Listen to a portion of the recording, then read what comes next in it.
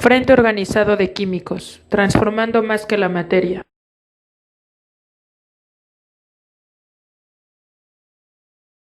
Química que nos estamos organizando y surge a partir de la inquietud de discutir pues temas que quizá nadie se propone discutir y tendríamos que, ¿no? El foro va a tocar sobre esta filosofía, el positivismo arraigado a la ciencia, que es el positivismo heredado desde pues el surgimiento o bueno la concepción de la universidad y de la ciencia como tal.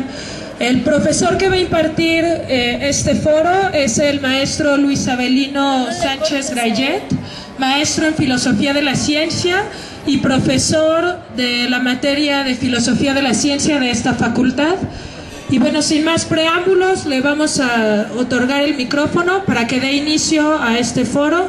Los invitamos a que escuchen, se acerquen, anoten sus dudas y sus cuestiones para al final abrir una serie de preguntas y hacer este foro pues de intercambio de ideas. Pues bienvenido, profesor.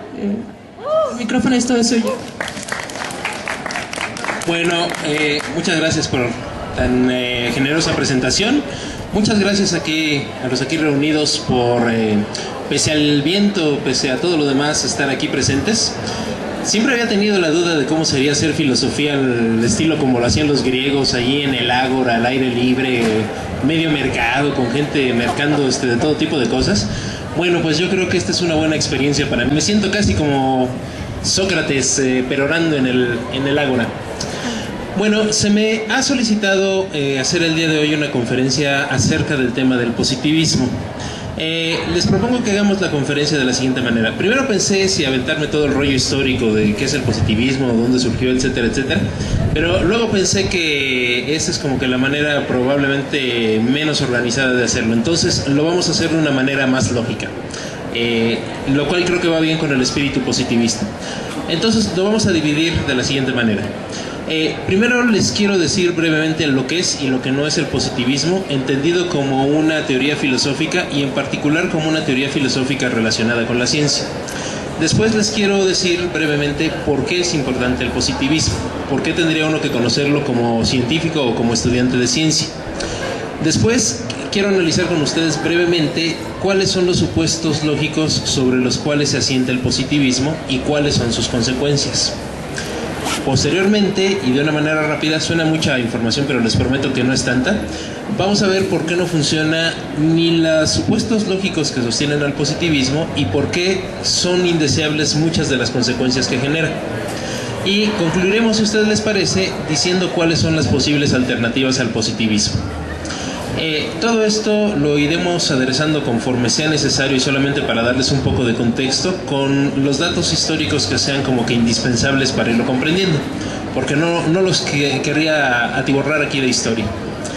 Bueno, entonces si les parece, empecemos con lo primero. ¿Qué es y qué no es el positivismo? Ante todo, el positivismo no es una actitud feliz y optimista ante la vida.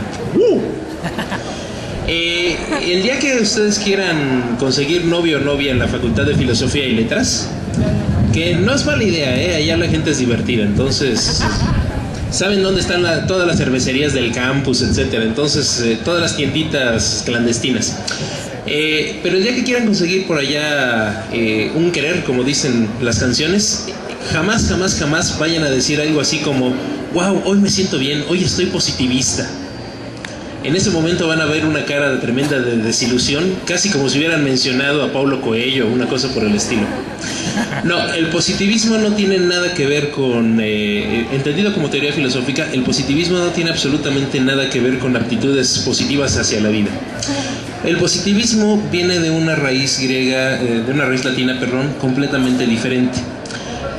Positivo viene de positivum, que quiere decir una imposición. De hecho, viene del verbo posere, que quiere decir poner.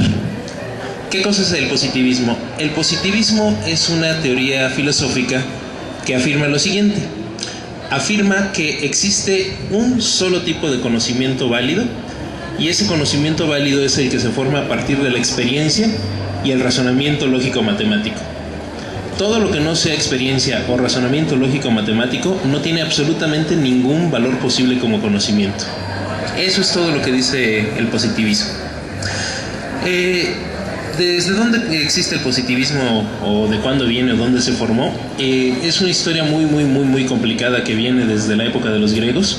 Para abreviarla vamos a decir que el positivismo, en la parte que nos interesa, viene del siglo XIX francés con un autor que actualmente nadie lee, pero nadie lee quiere decir nadie lee, solamente los filósofos y los sociólogos lo leen, un tal Auguste Comte.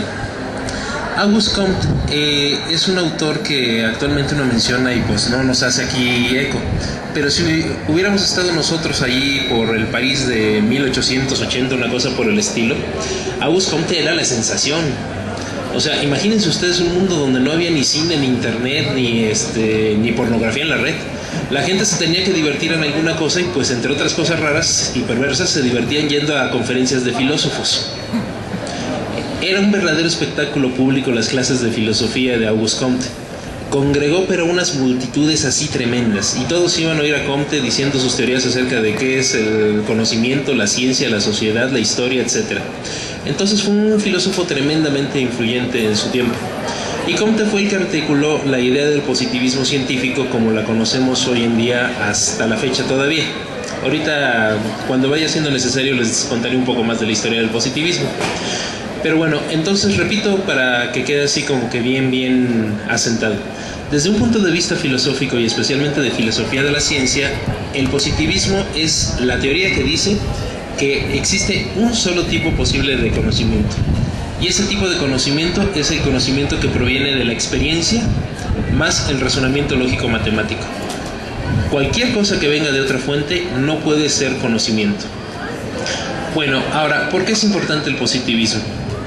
Si ustedes piensan un momentito en lo que les acabo de decir, se darán cuenta de que absolutamente toda la enseñanza que han recibido en materia científica desde que están en kinder hasta la fecha, aquí en la escuela superior, ha estado influida por el pensamiento positivista. Todo lo que les han enseñado a ustedes con relación a ciencia está fundamentado en la idea de que el positivismo es la única manera posible de pensar la investigación racional y seria de la naturaleza. Se los pongo de la siguiente manera. ¿Alguna vez han tenido un maestro de ciencia que les haya hablado acerca de la posibilidad de que el espíritu, las fuerzas ocultas, los dioses, los chamanes, los chaneques, la energía psíquica o alguna cosa por el estilo sea lo que controla el mundo? Como no sé en la clase de teología y moral, nadie en la escuela les va a hablar de ese tipo de cosas. Todos damos por sentado que el mundo funciona como una entidad material que se puede conocer si se estudia de la manera apropiada, o al menos eso es lo que nos han dicho. Esta mera idea, la idea de que no hay nada parecido a otra cosa que sea materia y lógica matemática, eso es positivismo en estado puro. Que a ustedes les hayan enseñado, a nosotros nos hayan enseñado, porque a mí también me tocó, ciencia metidos totalmente en el paradigma del positivismo, no es ninguna casualidad. Resulta que en esta historia que les estaba contando de don Auguste Comte allá en París a finales del siglo XIX, fueron un montón de discípulos de muchas partes del mundo a aprender filosofía con él. Y uno de esos que llegó fue un tal Gavino Barreda. Que Gavino Barreda, aparte de tener preparatorias y medallas con su nombre, fue la persona que para todo efecto práctico creó el sistema de educación superior moderno en México. Gavino Barreda fue el enviado casi que por Benito Juárez para que él estudiara directamente filosofía positiva con Comte, y cuando Gavino Barreda regresa para acá es el secretario de educación de Benito Juárez. Gavino Barreda no alcanzó a hacer todo lo que quería hacer, pero por lo menos dejó como que las bases del tipo de educación que se iba a hacer en México. Y sobre todo fundó una institución muy importante para muchos de nosotros. Una institución que ustedes conocerán por su lema de amor, orden y progreso. O sea, la Escuela Nacional Preparatoria. Y la Escuela Nacional Preparatoria que funda Comte, la funda completamente sobre el modelo del positivismo comtiano. De hecho, ese lema de amor, orden y progreso es el lema de Auguste Comte para todo el movimiento positivista. Por cierto, no fue México el único país donde pegó, digamos que contuvo el positivismo. Para todos los amantes del fútbol, deben tener perfectamente claro qué dice la bandera de Brasil. Orden en progreso. Bueno, probablemente Brasil es el único país más positivista que México. Pero entre México y Brasil están los dos países más positivistas de todo el mundo, probablemente incluso que Francia. Bueno, entonces ya con esto les digo por qué es importante conocer el positivismo y sobre todo pensarlo de manera crítica, porque es la manera como nos han enseñado a todos nosotros la ciencia.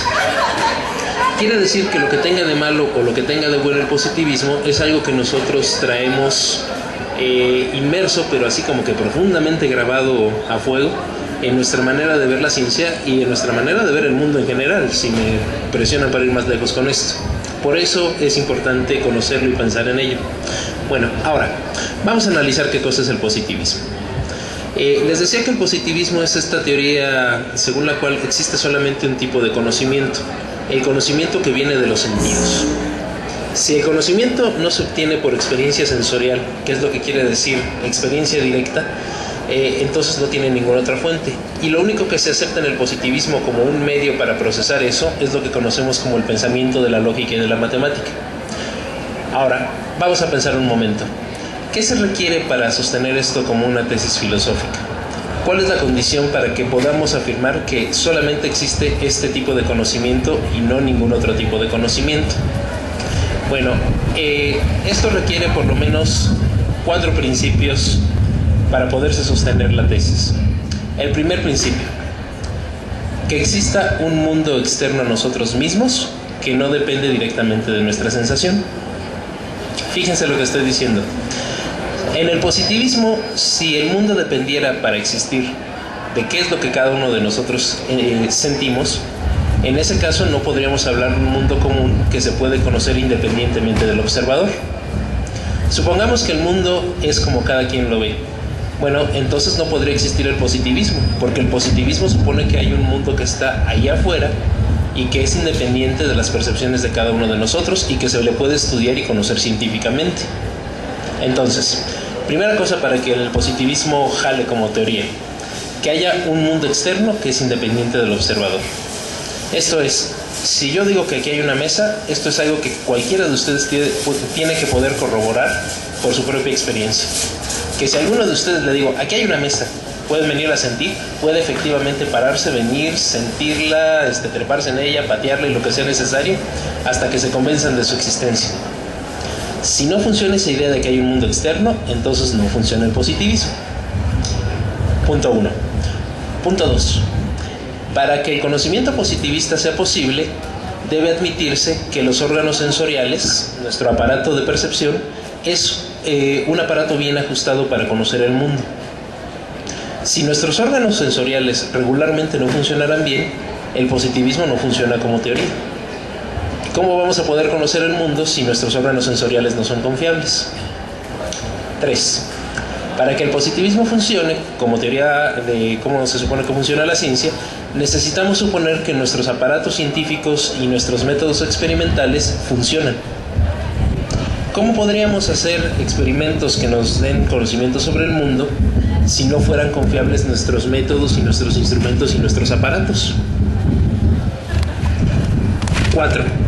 Para que todo esto funcione finalmente, necesitamos suponer que la lógica, las matemáticas, la geometría y en general todas las formas de pensamiento abstracto son buenos métodos para analizar los datos de los sentidos. Si no, ¿de qué otra manera podríamos procesar toda la información? Bueno, hasta allí dejo la cuestión de cuáles son los supuestos para que funcione la teoría positivista. Ahora vamos hacia adelante. Supongamos que yo estoy convencido de que todo esto es cierto y que por lo tanto la tesis básica del positivismo es cierta y que por lo tanto la manera correcta de conocer el mundo es a través de los sentidos, de la experimentación, de los instrumentos científicos y a través del aparato lógico-matemático. ¿Cuáles son las consecuencias que se siguen de esto? Bueno, la primera consecuencia y la más importante es que si la tesis positivista es cierta, entonces existe una y solamente una manera correcta de conocer el mundo. Fíjense por qué esto es tan importante. Supongamos que nosotros no creemos en el positivismo y decimos que el mundo es como cada quien lo ve. Bueno, si eso fuera cierto, entonces no habría un método común. Cada quien podría conocer y decir acerca de la realidad absolutamente lo que quisiera. Pero asumamos junto con el positivismo que existe un solo mundo externo a todos nosotros, independiente de nosotros. Bueno, si eso es cierto, debe haber en principio una sola manera posible de conocerlo, porque si no estaríamos generando percepciones diferentes acerca de lo que es el mundo. Y en el positivismo eso no es posible, porque el mundo es uno y solamente uno. Si entonces todo eso es cierto, eso quiere decir que no puede haber diferentes maneras de estudiar las cosas, sino que debe haber una sola manera correcta de tratar de entender el mundo. Eso quiere decir que no es cierto que cada quien pueda arreglar los problemas a la manera que quiera en el mundo de la ciencia, sino que en realidad todo tiene que confluir hacia una única solución para todos los problemas. 2.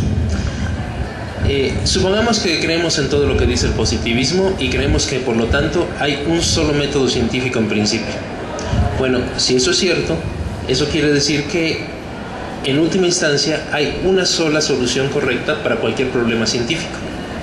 Hay una sola descripción correcta del genoma de una cierta especie, hay una sola ecuación que describe correctamente un cierto conjunto de reacciones químicas, hay un solo modelo atómico que describe efectivamente la naturaleza de la materia, y así para el problema científico que quieran.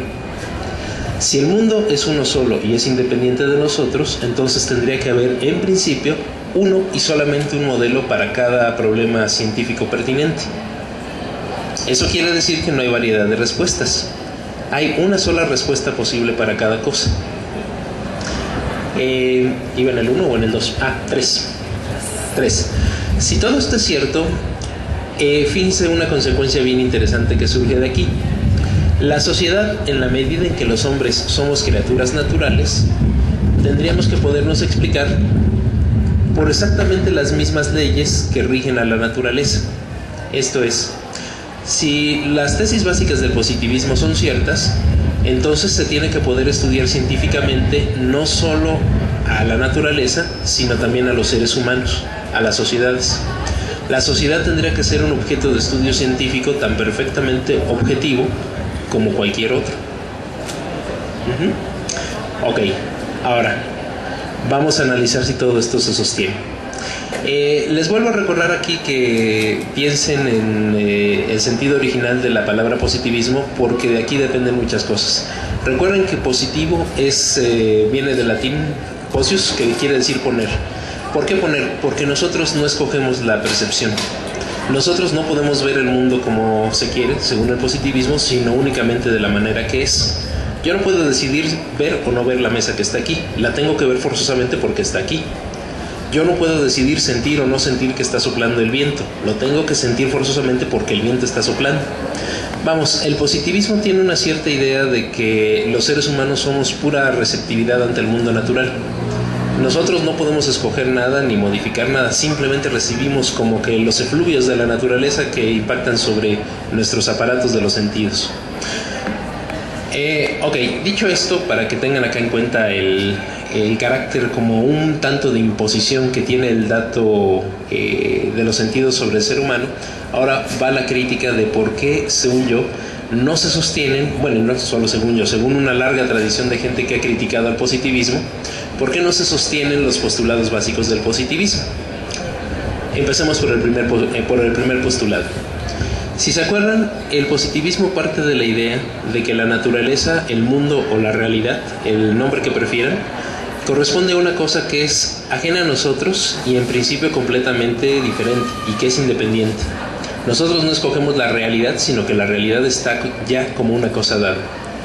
Bueno, ¿qué problema filosófico tiene esa postura? ¿Qué problema filosófico hay en esa tesis? Uno muy sencillo: es incomprobable.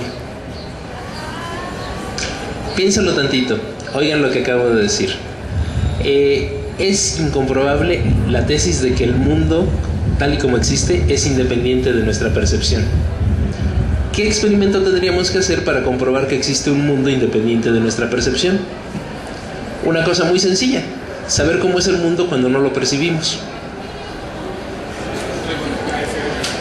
Si alguno de ustedes quiere un día marearse con ideas muy raras de esas que uno lo ponen muy locochón, pueden hacer uno de dos posibles experimentos. Un experimento es, traten de imaginarse cómo sería el mundo si ustedes no existieran. Es en serio. Traten de pensar exactamente cómo sería la realidad si ustedes no estuvieran aquí para percibir. Si ustedes lo piensan seriamente, se darán cuenta de que les va a hacer cortocircuito mental, porque eso es simple y sencillamente imposible. No hay manera. Ahora, si quieren acabarse de marear, pueden pensarlo desde otro punto de vista. Digan, ¿cuál es la única cosa? Se los voy a plantear mejor con con algo tomado de los Simpson, que son una eterna fuente de sabiduría. Recordarán todos ustedes un célebre episodio donde le están enseñando a jugar minigolfito a Bart Simpson y Lisa lo lleva por el camino de la iluminación. Entonces Lisa le propone un problema para que deje de actuar su mente racional, y le propone un problema que en realidad es una adivinanza china para meditación que viene desde tiempos antiquísimos. Y le dice, a ver Bart, déjame acordarme si es una de las dos. Sí. ¿Qué sonido produce un árbol que cae a la mitad de un bosque donde no hay nadie que lo pueda escuchar? La respuesta es, pues quién sabe, porque es un problema perfectamente mal planteado, o es un pseudo problema. Si no hay nadie que lo pueda percibir, ni siquiera saben si existe el bosque y si existe el árbol. Mucho menos saben si puede producir un sonido. Si ustedes dicen que sí lo puede producir, es una tesis que en todo caso no pueden comprobar.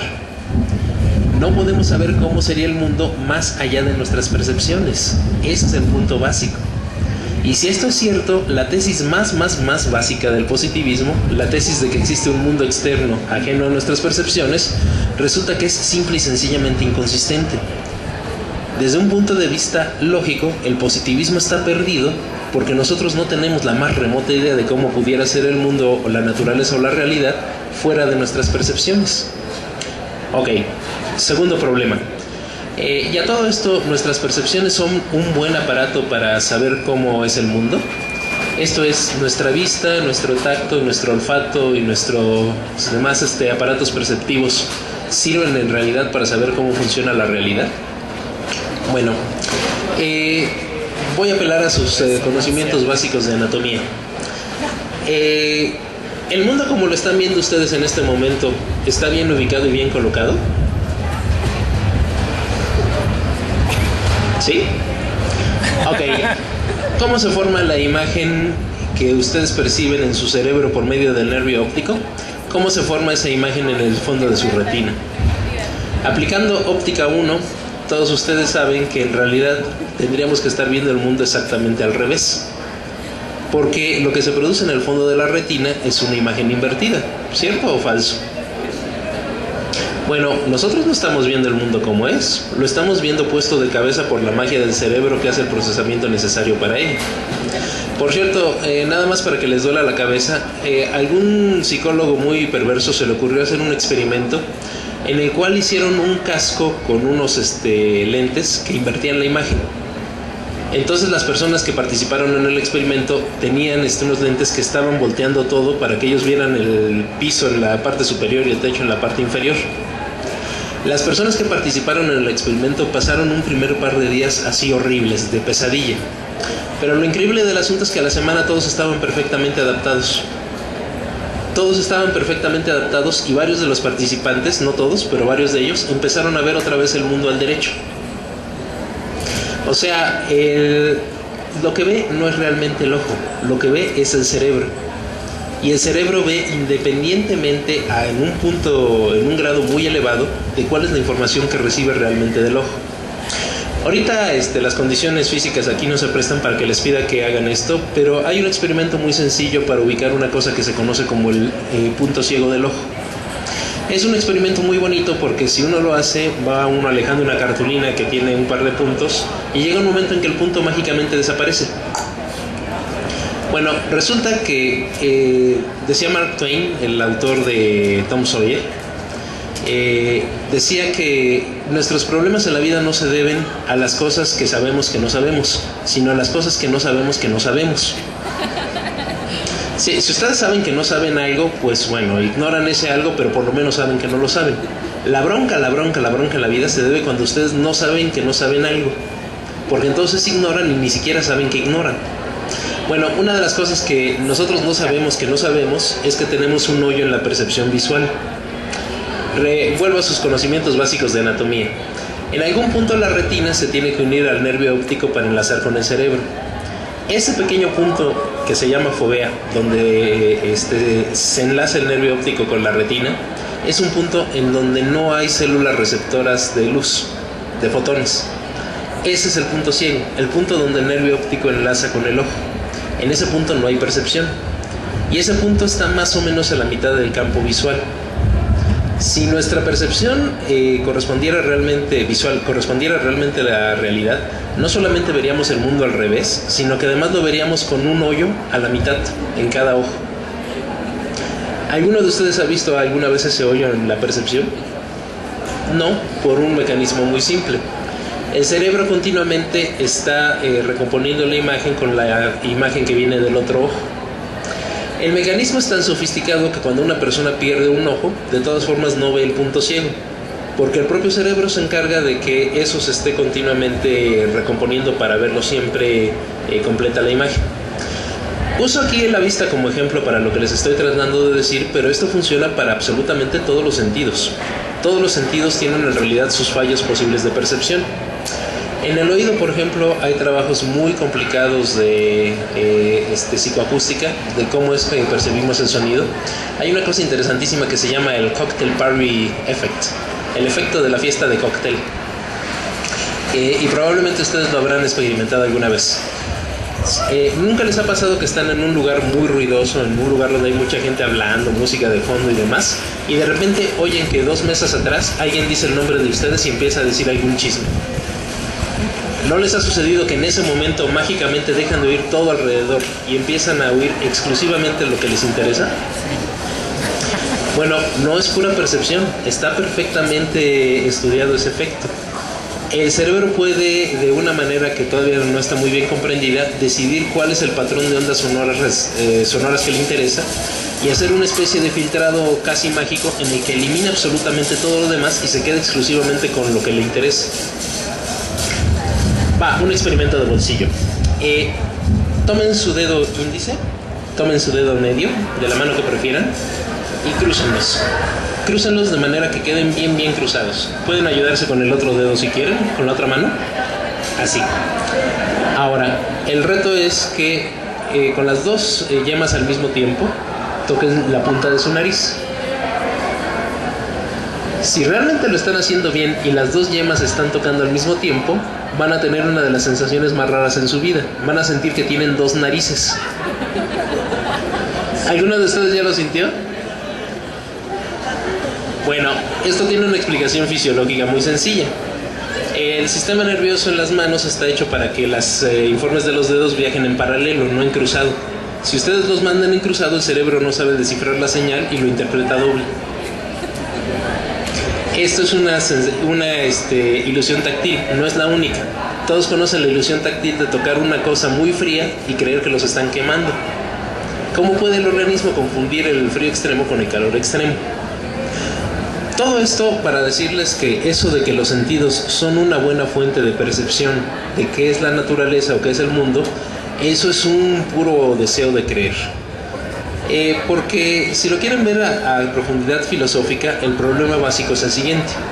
Supongamos que yo no estoy seguro de si mi instrumento de percepción, mi propio cuerpo, está bien calibrado con respecto a la realidad. Pregunta: ¿cómo le hago para salirme de mi propio cuerpo y comprobar de una manera objetiva si está bien calibrado o no? O sea, yo no tengo otro set de percepciones con el cual comparar el mío más que el que yo conozco. No sé cómo se sentiría el mundo si yo no lo sintiera de la manera que lo siento. Para decirlo en términos, digamos, como metrológicos, no tengo un patrón estándar ajeno a mí mismo contra el cual compararlo.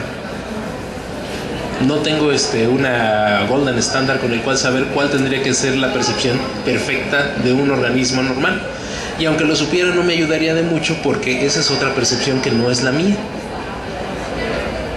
Bueno, este asunto de que los órganos sensoriales no son una buena manera en realidad de conocer la realidad es tan fuerte que ha llevado a lo largo de la historia a muchos filósofos a plantear el problema de que en última instancia los sentidos no son una fuente confiable de conocimiento. Yo creo que esos argumentos siempre son exagerados porque en última instancia es todo lo que tenemos, nuestro cuerpo y sus sensaciones, pero hay que reconocer que los filósofos que han tratado de llevar esto al extremo tienen un buen punto a su favor. El caso clásico es un tal René Descartes, o René Descartes, que todos ustedes deberían conocer, aunque no fuera por otra cosa sino por la perversidad de haber inventado el álgebra analítica. Bueno, sí, digo, todos pasamos ratos muy animados en quinto de prepa con eso. Descartes, entre otras cosas, propone una cosa que se conoce como el argumento del sueño, que dice lo siguiente. Supongamos que usted tiene un sueño que es vívido, un sueño donde absolutamente todo se parece a la realidad y todo se siente como en la realidad. Bueno, ¿alguna vez han tenido ustedes un sueño con ese grado de vivacidad en donde todo parece realmente real? Ok, si aceptan eso, entonces ahora el reto es el siguiente. Comprueben que en este preciso momento ustedes están despiertos y no dormidos. ¿Cómo saben que realmente están despiertos oyendo esta conferencia aquí en nuestra Facultad de Química? O si no, están en realidad dormidos en la comodidad de su cama imaginándose que están soñando con esta conferencia. Ok, hay serias dudas acerca de cuál es la capacidad del cuerpo y nuestras percepciones para conocer el mundo. Vayamos al punto número 3. Tercer problema. Recuerden que otro de los principios básicos para que funcione la imagen positivista de la ciencia es la noción de que los instrumentos y en general todo el aparato experimental de la ciencia son una buena manera de conocer al mundo. Pregunta, ¿esto verdaderamente funcionará como se supone? Se puede atacar desde varios puntos de vista, pero les voy a dar solamente dos para que piensen en ello. Lo primero, ¿qué es en realidad un experimento? Y lo segundo, sobre qué se basa la operación más básica que existe en la ciencia experimental, que es la operación de medir. Bueno, pensemos primero en el experimento. Supongamos que ustedes van a hacer un experimento de absolutamente la cosa que ustedes quieran. Puede ser un experimento de plantar semillitas en distintas condiciones a ver si germinan o no germinan. Acuérdense del kinder, cuando estaban haciendo sus botecitos de Gerber con frijolitos a ver si germinaban o no germinaban. Bueno, puede ser un experimento de plantar frijolitos a ver si salen o no salen. Puede ser un experimento de mezclar ciertos reactivos bajo ciertas condiciones a ver si logran o no logran una cierta síntesis. O puede ser un experimento complicadísimo donde les prestaron un acelerador de hadrones para ver si encuentran el bosón de Higgs. Ok, ahora, supongamos que el experimento, nadie hace un experimento sin esperar algo, no hay tal cosa, bueno, en realidad sí existe, el experimento de voy a mezclar todo a ver qué sale. Sí existe, pero no es la forma normal de hacer experimentos. Esto de mezclar todo a ver qué sale le digo la ciencia mi alegría, porque creo que era el espíritu con el que todos usamos el juego de química mi alegría. Pero vamos, digamos que eso es como un tipo de ciencia que no es la más usual. En el experimento científico usual, uno tiene una teoría y uno tiene un resultado anticipado. Yo voy a mezclar estos componentes en una cierta reacción modulada de tal y tal forma porque espero obtener un cierto producto de síntesis. Y mi teoría para sustentarlo es tal y tal y tal y tal. Yo voy a sembrar los frijolitos en tales y tales condiciones y espero que los que están en el estante oscuro no germinen porque tengo una teoría que dice que los frijoles necesitan luz para germinar. O yo voy a hacer mi experimento en el colisionador de hadrones y espero obtener el bosón de Higgs porque tengo una teoría que lo explica en tales y tales y tales términos. Ok, el experimento que ustedes quieran, así de fácil o de complejo como ustedes lo planteen. Pregunta. Digamos que el experimento no sale como ustedes querían. La sustancia que ustedes esperaban sintetizar no sale, sino sale algo completamente diferente. Los frijoles que debían germinar no germinan y los que sí debían germinar, esos no germinan. O su colisionador de hadrones les lanza algún resultado que no es compatible con su bosón de Higgs. Pregunta. Cuando el experimento falla, ustedes pueden decir con exactitud cuál de las siguientes cosas fue lo que falló: el procedimiento y el componente humano, la teoría, los instrumentos de medición o el resto del aparato experimental. ¿Existe un procedimiento para determinar exactamente cuál de esos componentes falló? Déjenme tomar el caso más sencillo para no meter ahorita demasiadas complicaciones. Digamos que su experimento era el de los frijolitos para ver si podían germinar en un lugar oscuro. Digamos que el frijolito sí germinó. Bueno, ¿qué pasó?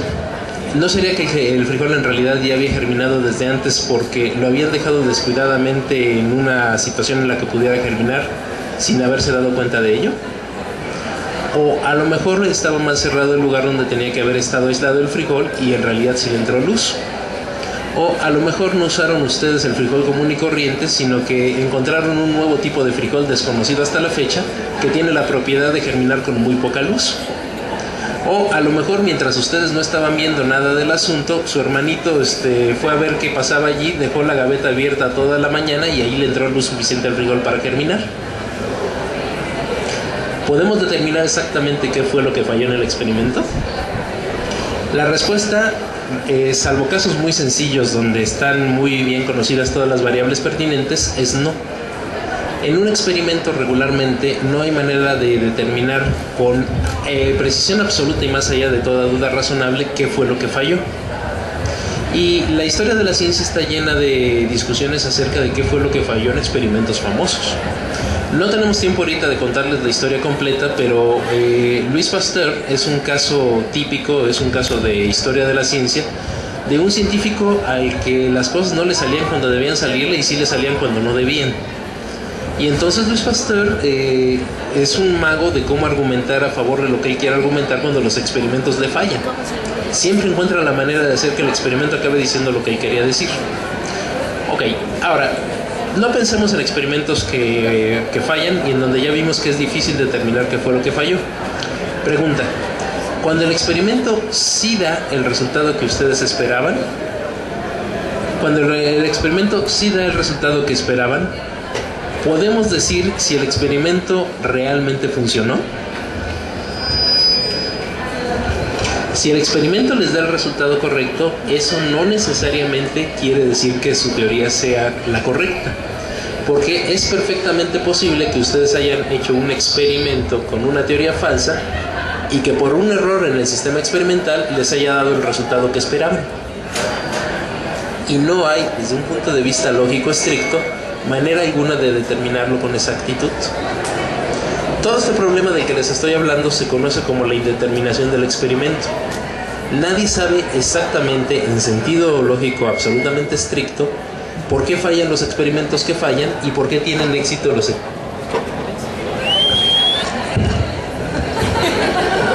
Falló un experimento. Ya, en este caso, por ejemplo, ustedes no podían saber si falló el aparato o si yo... ¿Ya vieron cómo funciona esto? Ok. Bueno, les decía, aparte de pensar en el problema del modelo experimental, que es de lo que les estaba hablando ahorita, pensemos en la operación más básica que existe en el mundo de la ciencia, la operación medir. Pregunta: ¿qué es lo que garantiza que las medidas que ustedes toman en el laboratorio de la cosa que ustedes quieran realmente está bien medida y corresponde a la realidad de las cosas? ¿Por qué creen ustedes que los termómetros de laboratorio dan la medida real de la cantidad de energía térmica en el sistema que estén midiendo? ¿Por qué piensan ustedes que los metrónomos de precisión realmente dan con precisión la medida exacta que ustedes están midiendo? ¿Por qué piensan que la balanza de torsión da exactamente el gramaje que ustedes están tratando de medir? Si ustedes lo piensan tantito, van a ver que en realidad nuestra confianza en que los instrumentos de medición funcionan se basa en algo así como en un 90% en un acto de pura buena fe. Porque a menos que ustedes sean los encargados de la calibración y sean los que lleven las cartas de trazabilidad y todo lo demás, la única garantía que ustedes tienen de que algo de lo que allí hay realmente funciona es porque sus profesores y el técnico de laboratorio y el encargado les dijeron que funciona. O sea, el laboratorio de ciencia en un porcentaje altísimo es una cuestión de pura confianza y pura buena fe. Bueno, supongamos que de veras todo funciona. No quiero decir que eso sea la situación normal, porque yo me sé unas historias verdaderamente de terror de laboratorios donde en realidad las cosas no estaban calibradas ni los habían reparado, ningún aparato era confiable, pero bueno, vamos a suponer que ustedes están en un laboratorio donde todo está maravillosamente bien hecho y calibrado y no hay ninguna duda de que la gente está haciendo su trabajo. Bueno, aún así, ¿qué es lo que les garantiza en última instancia? Que sus mediciones son correctas. La respuesta es otros patrones de mediciones de alguien que dice que también son correctos y que están corroborados contra otros patrones de medición que alguien más dice que son correctos. Les cuento una historia rápida para que entiendan cómo funciona el mundo de la metrología cuando uno se pone a analizarlo de una manera crítica. Dice en la historia que había una vez un capitán de puerto que estaba admirado por la precisión con la que las campanas de la iglesia sonaban exactamente a la hora que tenían que sonar, anunciando el mediodía para disparar los cañones que se tenían que disparar a esa hora en las torres del puerto. Entonces el capitán ahí de la guarnición estaba tan sorprendido por la exactitud de la gente de la iglesia para tocar las campanas que un día fue a la iglesia a preguntar cómo le hacían para ser tan exactos en la hora. Entonces ya llega el capitán. Oiga, padre, ¿cómo le hacen ustedes para tocar las campanas siempre exactamente al mediodía? Ah, pues mire, es muy sencillo. Nosotros nos basamos en las baterías de artillería que hay allá abajo y que siempre disparan exactamente al mediodía. O sea, ¿cómo funciona la medición? Ustedes confían en que A tiene bien medido porque lo comparó contra B, y B confía en que lo tiene bien medido porque lo comparó contra A. Los sistemas de medición y en general todo el problema de la medición en el mundo es un puro consenso social en donde nos pusimos de acuerdo para medir unas cosas contra otras sin que haya, ¿cómo les diré? Sin que haya un sistema de medidas que esté verdaderamente más allá de cualquier duda razonable. Si ustedes quieren atacar un experimento o un resultado experimental de cualquier tipo, cuestionando el proceso de medición, les prometo que lo pueden hacer. Les doy un ejemplo sencillo. Supongan que se suben con su coche al segundo piso y los infraccionan porque el sonar detectó que ustedes iban a 1 kilómetro por arriba del límite. El límite son 80. Supongamos que ustedes les llevan una multa porque ustedes iban a 81 kilómetros por hora. Bueno, a mí me pasó y le mandé una carta al gobierno del DF pidiéndoles que me comprobaran que su aparato es lo suficientemente sensible como para detectar una diferencia de 1 kilómetro por hora de velocidad. Me devolvieron el dinero de la multa. No tienen manera de comprobarlo. Lo mismo pasa siempre que piden ustedes precisión más allá de la norma que se les está dando en el proceso de medición. Bueno, déjenme cerrar esta parte. Entonces, ¿qué nos queda? Ni el diseño experimental ni los instrumentos de medición en general, ningún instrumento científico, da resultados que estén seguros más allá de lo razonablemente cuestionable. Eso quiere decir que el sistema de experimentación, los experimentos, tampoco son esa fuente de conocimiento absolutamente confiable que dice el positivismo. Entonces, fíjense lo que ya hemos desechado, les recuerdo. Ya desechamos la idea de un mundo que exista más allá de nuestras percepciones. Ya rechazamos la idea de que las percepciones sean una manera infalible de conocer al mundo. Acabamos de rechazar ahorita la idea de que los experimentos científicos ofrecen información perfectamente confiable sobre el mundo. Nos quedaría nada más comentar la cuestión de si las matemáticas y la lógica son un buen aparato para entender racionalmente el mundo. Y aquí la cuestión es muy sencilla. Exactamente qué cosa representa en el mundo 1 más 1. ¿A qué corresponden los números en la naturaleza? Exactamente qué cosa es un número. Miren, el asunto es todavía peor si lo piensan desde ciertos puntos de vista. Voy a darles un ejemplo con la geometría porque es el más fácil de captar. ¿Qué se supone en geometría que son los volúmenes? Un cubo, un icosaedro, una pirámide, el volumen que ustedes prefieran. Ustedes me dicen si les estoy diciendo o no la definición geométrica. Todo volumen es en realidad un conjunto de planos superpuestos, ¿cierto? Bueno, ahora vamos a pensar en un plano rectangular, cuadrado, elipsoidal, como ustedes lo prefieran. Díganme, ¿No acaso se supone que todos los planos son el resultado de sumar un conjunto de segmentos de línea, de rectas? De rectas o curvas, según el caso. Bueno, ok, entonces, los volúmenes en realidad son planos. Los planos en realidad son líneas.